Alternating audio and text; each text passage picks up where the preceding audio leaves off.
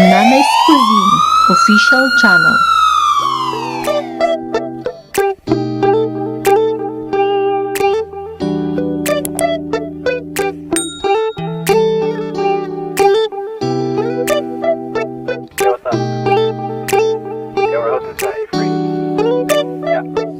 Magandang araw mga kabaryo, I'm CJ and this is Marga at nagbabalik ang Nanay's Cuisine.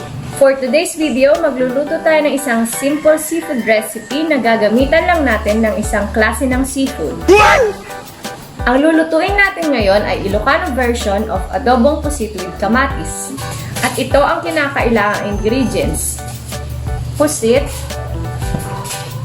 kamatis, sibuyas at bawang, asukal, toyo, magic sarap at paminta, oyster sauce, at laurel.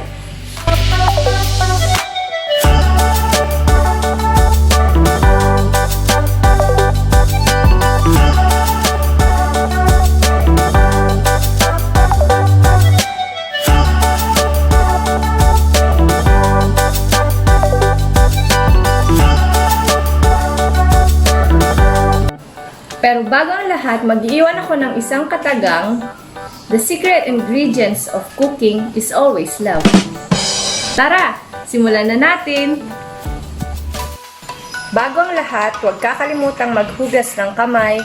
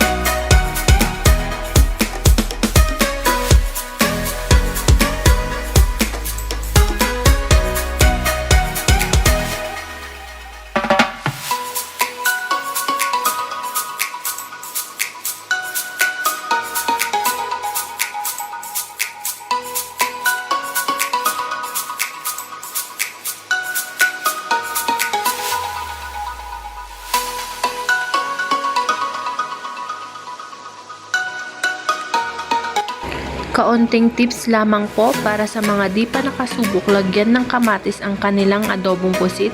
Try nyo po dahil mas masarap ito at isa rin itong dahilan para magkaroon ng malapot at mas malinamnam na lasa ng ating adobo.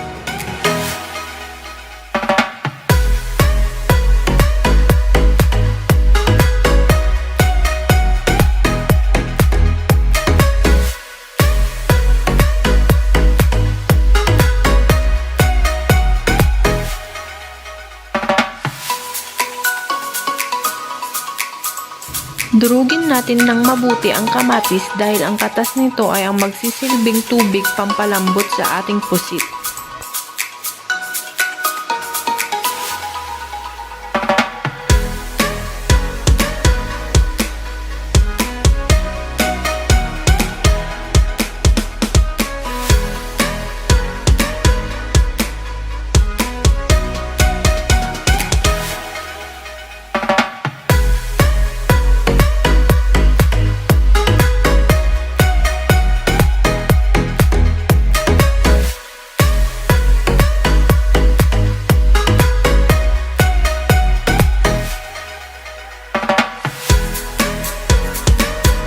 Ilagay na natin ang mga pusit at igisa natin ito ng 5 minuto bago ilagay ang mga pampalasa.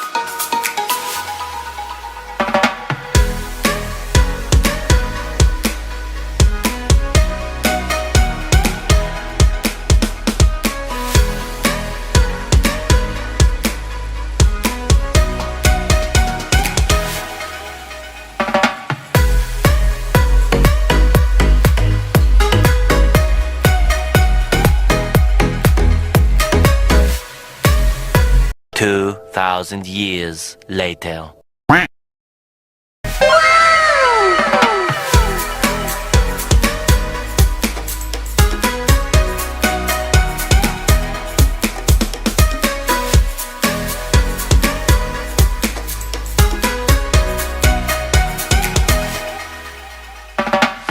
Ayan, luto na po.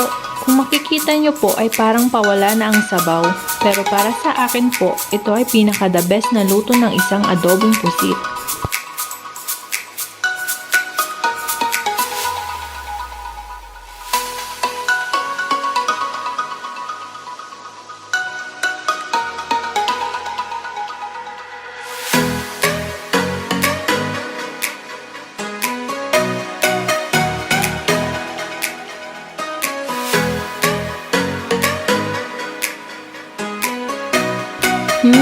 Amoy pa lang, ulam na.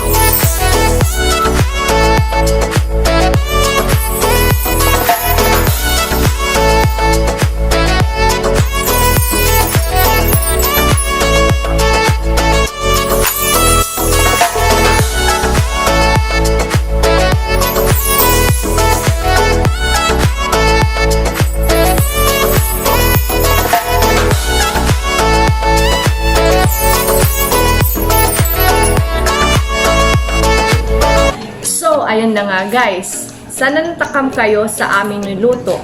Bukod sa masarap ay napaka-budget friendly lamang nito. For more updates, please don't forget to subscribe, like, and click the notification bell para ma-notify kayo sa mga bagong videos na i-upload namin. Bye! Thank you for watching!